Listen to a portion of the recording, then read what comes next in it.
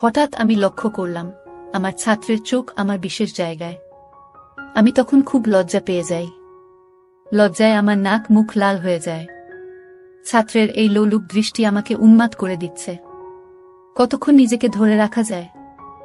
আগুনের পাশে মোম জ্বালালে মন কতক্ষণ শক্ত থাকতে পারে? ঠিক আমার অবস্থাও তেমন হতে লাগল। আমি ধীরে ধীরে তার প্রতি দুর্বল হতে শুরু করলাম। তারপর সে আমাকে বলল, ম্যাডাম, একটি গান আমার খুব প্রিয়। আপনি গানটি শুনতে থাকুন, আমি আপনার জন্য চা বানিয়ে নিয়ে আসি। আমি বললাম, আচ্ছা। গান শুনতে শুনতে হঠাৎ এমন একটি ভিডিও আমার সামনে এলো যা দেখে আমার সব ভিজতে শুরু করলো। তারপর ও আমার সাথে যা করলো তা শুনলে আপনার পানি গড়িয়ে গড়িয়ে পড়বে। তাহলে শুরু থেকেই বলি। হ্যালো বন্ধুরা, আমি নাসরিন আক্তার শিলা। সবাই আমাকে শিলা বলে ডাকে। বান্ধবীরা সবাই বলতো আমি দেখতে নাকি পরিমণির মতো। আমি একটি পাবলিক ইউনিভার্সিটিতে পড়ি। আমার বয়স 22 বছর। আমার বাবা মা গ্রামে থাকে আর আমি ঢাকায় একটি ছাত্রী হোস্টেলে থাকি। আমার মা বাবার আমার পড়াশোনার খরচ চালাতে খুব কষ্ট হয়, তাই বাধ্য হয়ে আমি একটা টিউশনি খুঁজি। আশেপাশে কোনো টিউশনি খুঁজে পাচ্ছিলাম না। তাই আমি একটি জাতীয় পত্রিকায় বিজ্ঞাপন দিয়ে পড়াতে চাই। বিজ্ঞাপন মাধ্যমে একটি ফোন পেলাম। একজন বয়স্ক লোক আমাকে ফোন করে বলল, আমার ছেলেকে পড়াতে পারবেন? 10ম শ্রেণীর ছাত্র। আমি বললাম যে পারবো আঙ্কেল। প্রথম দিন পড়াতে গিয়ে দেখি 10ম শ্রেণীর ছাত্র ছেলেটা বেশ সুন্দর এবং স্মার্ট। দেখতে শুনতে খুব ভালো, ব্যবহার ও নম্র। তারপর তার মা বাবার সাথে কথা বলে প্রাইভেট পড়াতে শুরু করি। ছেলেটাকে যখন প্রথম দিন প্রাইভেট পড়াতে যাই, তখন হঠাৎ করে আমি চেয়ে দেখি ছেলেটি আর চোখে মাঝে মাঝে আমার দিকে চেয়ে থাকে। তার চাওয়ার মধ্যে অন্যরকম রহস্য বোঝা যায়। এইভাবে আমি আমার গতিতে প্রাইভেট পড়াতে থাকি। পড়াতে পড়াতে প্রায় 2 সপ্তাহ এভাবে চলে গেল। হঠাৎ একদিন তাকে প্রাইভেট পড়াতে গিয়ে দেখি তাদের বাসায় কেউ নেই। তারপর আমি জিজ্ঞেস করলাম, আঙ্কেল আন্টি কোথায় গেছে? সে বলল, তারা বেড়াতে গেছে, আসতে একটু দেরি হবে। বাসায় কেউ নেই, খালি বাসায় আমি আর আমার ছাত্র। মনের মধ্যে কিছুটা ভয়ও কাজ করছে। তাছাড়া খালি বাসা আর ওদিকে আমার ছাত্রের লক্ষণ ও আজকে খুব একটা ভালো বুঝতেছি না। কেমন করে যেন আমার দিকে চেয়ে রইল। তারপর আমার ছাত্র বলল, ম্যাডাম, আমার খুব মাথা ব্যথা করছে। চা খাবেন? আপনি চা খেলে আপনার জন্য চা বানাবো।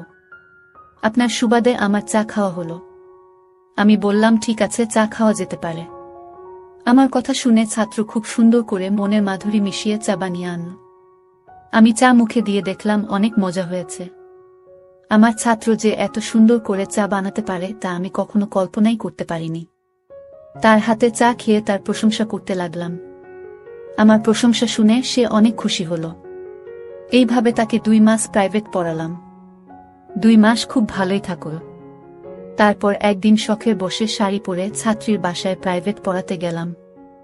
আমার ছাত্র আমাকে দেখে বলল, ম্যাডাম, আপনাকে অনেক সুন্দর লাগছে। ম্যাডাম, আমি আপনাকে সত্যিই অনেক ভালোবাসি। আপনার ব্যবহার, চেহারা সুন্দর, বনলতার মতো চুল, সবকিছু আমাকে মুগ্ধ করেছে। আমি আমার অন্তরের অন্তঃস্থল থেকে, হৃদয়ের গভীর থেকে আমার সবটুকু ভালোবাসা আপনাকে দিলাম। প্লিজ আপনি আমার ভালোবাসা গ্রহণ করুন। 10ম শ্রেণীতে পড়ে ছাত্রের মুখে এত সুন্দর প্রেমের কথা শুনে আমার মাথা ঘুরে গেল। কখনো কল্পনাও করতে পারিনি যে সে আমাকে এত সুন্দর করে প্রেম নিবেদন করবে। কি করব তখন আমি বুঝতে পারছি না। সবকিছু ওলটপালট লাগছে। মনের ভিতরটা যেন ঝড় বয়ে যাচ্ছে। আমি এর আগে কখনো কারো প্রেমে পড়িনি তো, তাই কিছু বুঝতে পারিনি। তার কাছ থেকে এসব কথা শুনে কেমন জানি নিজের মধ্যে উতাল পাতাল হাওয়া বয়ে যাচ্ছে। জীবনের প্রথম কারো কাছ থেকে এমন রোম্যান্টিক কথা শুনে আমিও যেন উন্মাদ হয়ে যায়। তারপর সে বলল, ম্যাডাম, আপনি কি আমাকে ভালোবাসবেন? আপনি কি আমার ভালোবাসা গ্রহণ করবেন? আমার কাছে এমনভাবে প্রেম নিবেদন করে বসল। তখন আমি কি করব বুঝতে পারছি না। আমি বললাম, রাকিব, তুমি আমার ছাত্র। তাছাড়া তুমি আমার চাইতে বয়সে 4 বছরের ছোট। এসব কথা ভেবো না, তাহলে পাপ হবে। আমার ছাত্র বলল, ম্যাডাম, কেন? বয়সে বড় হলে কি প্রেম করা যাবে না? বয়সে বড় হলে কি তাকে ভালোবাসা যায় না? আমি তো আপনাকে মন থেকে ভালোবাসি। আমার ভালোবাসার মধ্যে কোনো খাদ নেই। ম্যাডাম, আপনি আমার চাইতে বয়সে বড় হলেও আমার কোনো সমস্যা নেই। আপনি যদি আমাকে ভালো না বাসেন তাহলে আমি পড়ব না। ছাত্রের এমন কথা শুনে মনটা খারাপ হয়ে গেল আর মনে মনে ভাবলাম, অনেক কষ্ট করে টিউশনিটা পেলাম। যদি টিউশনিটা হাতছাড়া হয়ে যায় তাহলে তো আমি বাসা ভাড়া দেব কি করে, চলব কেমন করে? মনের মধ্যে অনেক ভয়। যদি এখন আমি তার প্রেম নিবেদন না করি তাহলে হয়তো বা আমার টিউশনিটা বাদ হয়ে যাবে। রাকিব তার বাবাকে ভুলভালো কিছু বোঝাবে। এই সব চিন্তাভাবনা করতে করতে বাসায় চলে আসলাম। বাসায় আসতে নিলে আমাকে ফোন দেয়, ম্যাডাম কেমন আছেন? বাসায় গেছেন? খাওয়া দাওয়া করছেন? কি খেয়েছেন? আমি বললাম, হ্যাঁ খেয়েছি। তুমি খেয়েছে? রাকিব বলল, জি ম্যাডাম খেয়েছি, আগামীকালকে কোথাও ঘুরতে যেতে মন চাইছে। ম্যাডাম চলুন কোথাও ঘুরতে যাই, আমার খুব ঘুরতে ইচ্ছা করছে। ম্যাডাম বলল, কোথায় যাবে? আমি বললাম, নন্দন পার্ক। ম্যাডাম নন্দন পার্কের কথা শুনে অনেক খুশি হল। ম্যাডাম আমার সাথে ঘুরতে যেতে রাজি হল। তারপর ম্যাডামকে নিয়ে নন্দন পার্কে গেলাম ঘুরতে। সেখানে অনেক কপতি হাত ধরে চলা, বসে আড্ডা মারা। এসব দেখে আমি ছাত্রের প্রতি আরও ইমোশনাল হয়ে পড়ি। সেও আমাকে বিভিন্নভাবে তার প্রতি দুর্বল করার চেষ্টা করে। এভাবে অনেক আনন্দঘন মুহূর্তে এদিনের সময়টা কাটল। এই দিন আমি আর তাকে প্রাইভেট পড়াতে যাই নাই। পরের দিন আমি তাকে প্রাইভেট পড়াতে গেলাম। আমি তাকে মনোযোগ দিয়ে প্রাইভেট পড়াতে শুরু করলাম। হঠাৎ দেখি আমার টেবিলের নিচে আমার পায়ের উপর কারো পায়ে সুটসুটি। বুঝতে বাকি নেই সে যে আমার গুণধর ছাত্র। হঠাৎ পায়ের মধ্যে কোনো পুরুষের ছোঁয়া পেয়ে সমস্ত শরীর যেন কাঁপুনি দিয়ে উঠল। মনে হলো শরীর বিদ্যুৎ প্রবাহিত হতে শুরু হলো। তার পায়ের নিপুণ কৌশল আমার আস্তে আস্তে উপরে উঠতে শুরু হলো। বুঝতে পারছি না আমার সাথে কি হচ্ছে। হঠাৎ ছাত্রের মা চা নাস্তা নিয়ে এলো। পরিস্থিতিও স্বাভাবিক হয়ে গেল। এইভাবে সেদিন আমি বেঁচে গেলাম, আর মনের মধ্যে সবসময় ভয় হতো কখন জানি কি হয়। তারপর আর একদিন রাকিবের বাবা মা 2 দিনের জন্য রাজশাহী গেছে। তাদের কোনো এক আত্মীয় নাকি অসুস্থ, তাদেরকে দেখতে গেছে। রাকিবকে নিয়ে যায় নাই, কারণ সামনে তার পরীক্ষা। এই 2 দিন নিয়ে আমার খুব ভয় ছিল, আর মনে মনে ভাবি, রাকিব আমার জন্য যে পাগল জানি না, এই 2 দিন খালি বাসা পেয়ে রাকিব আমার সাথে কি করে। মনের মধ্যে আতঙ্ক নিয়ে তাকে প্রাইভেট পড়তে যাই। এই 2 দিন প্রাইভেট পড়াতে যেতে চাচ্ছিলাম না।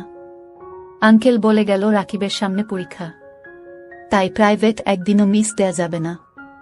কি করব, বাধ্য হয়ে আমাকে প্রাইভেট পড়াতে যেতে হলো।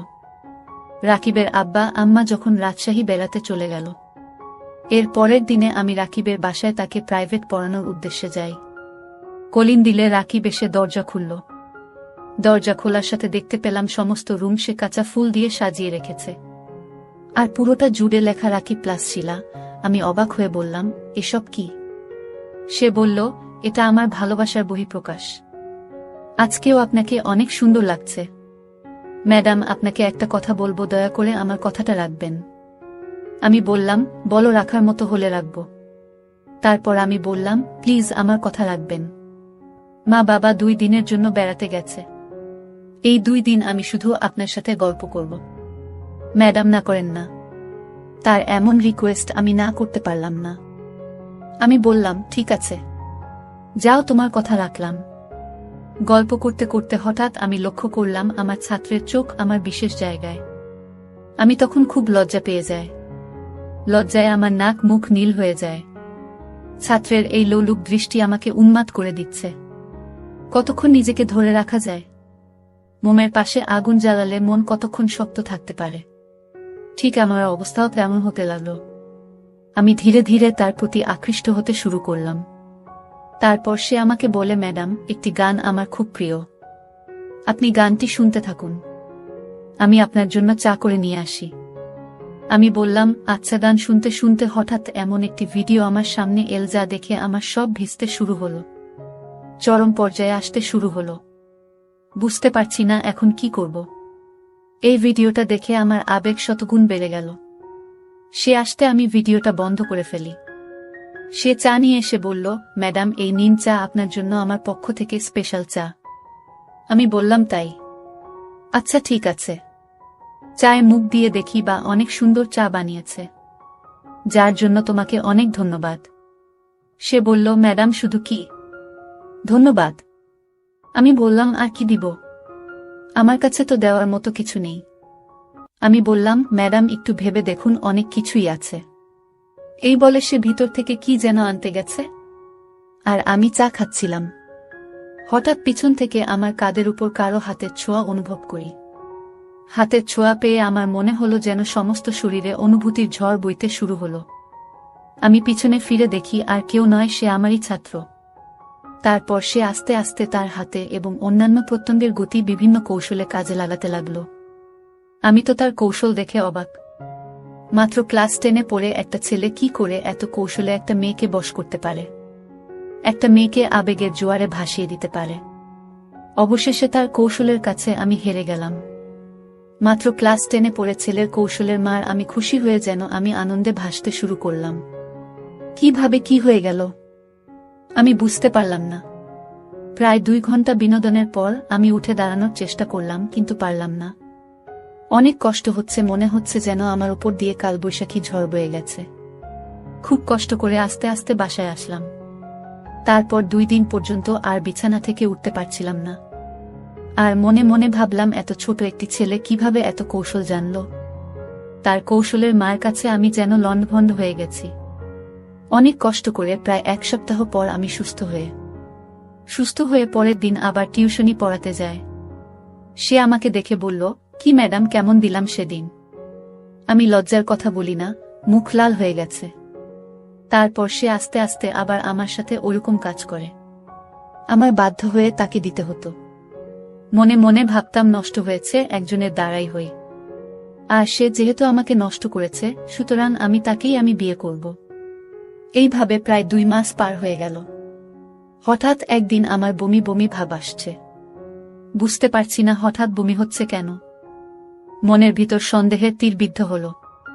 জানি না আমার কি হয়েছে। মনের সন্দেহ দূর করতে টেস্ট করলাম। টেস্ট দেখে আমার পায়ের নিচ থেকে মাটি সরে গেল। নিজেকে খুব অসহায় মনে হল। এখন আমি কি করি? বাধ্য হয়ে তার সাথে আমার এই ব্যাপারে কথা বলতে হবে। আমি আমার ছাত্রকে সব বলার পর সে চুপ করে রইল। নিজেকে খুব অসহায় ভাবতে শুরু করল। সেও বোকা হয়ে রইল, কোনো কথা বলল না। আমি বললাম, তুমি তোমার বাবা মায়ের কাছে বিষয়টা শেয়ার করো, না হলে আমি মরে যাব। রাকিব ভয়ে ভয়ে তার মায়ের কাছে সব শেয়ার করল। তার মা এসব কথা শুনে হতবাক হয়ে পড়ল। তারপর তার মা তার বাবার কাছেও বিষয়টা শেয়ার করল। তার বাবা বলল, মেয়েটাকে ডেকে আনো আমার কাছে। অনেক কিছুর পর রাকিবের বাবা আমাকে ডেকে নিয়ে বলল, মানে আমার দুষ্ট ছেলেটাকে ক্ষমা করে দাও। তোমার সাথে যা করছে তা অন্যায় হয়েছে। তারপর রাকিবের বাবা কাজী ডেকে এনে রাকিব আর আমাকে বিয়ে পড়িয়ে দিল। কিছুদিন পর রাকিবের আর আমার কোল আলোকিত করে একটি পুত্র সন্তান জন্ম নিল। শিলা এখন তার সন্তান, স্বামী এবং সংসার নিয়ে ব্যস্ত। বিশ্ববিদ্যালয়ে পড়ুয়া একটা মেয়ের স্বপ্ন এভাবে একটি ছোট্ট ভুলের জন্য ধ্বংস হয়ে গেল। প্রিয় বন্ধুরা, সব শেষে আমি বলবো, জীবনে চলার পথে অনেক বাধা আসতে পারে। আর এই সব বাধাকে অতিক্রম করে যদি তোমরা চলতে পারো, তাহলেই কেবল তোমাদের জীবনের সফলতা সম্ভব। গল্পে শিলা যদি তার আবেগটাকে কাজে না লাগাতো, তাহলে তার সবকিছু হারিয়ে 4 দেয়ালের ভেতর বন্দী হতে হতো না। ধ্বংস হয়ে যেত না তার মা বাবার এবং তার নিজের সারা জীবনের স্বপ্ন। মহান রাব্বুল আলামিন আমাদের সকলকে সঠিক বুঝ দান করার তৌফিক দান করুন। বন্ধুরা, ভিডিওটি ভালো লাগলে একটি লাইক দিন, আর আপনারা যদি এরকম ভিডিও পেতে চান, তাহলে দয়া করে আমার চ্যানেলটি সাবস্ক্রাইব করুন। আপনাদের সকলের সুস্বাস্থ্য কামনা করি। ভিডিওটি দেখার জন্য আপনাদের সকলকে অসংখ্য ধন্যবাদ।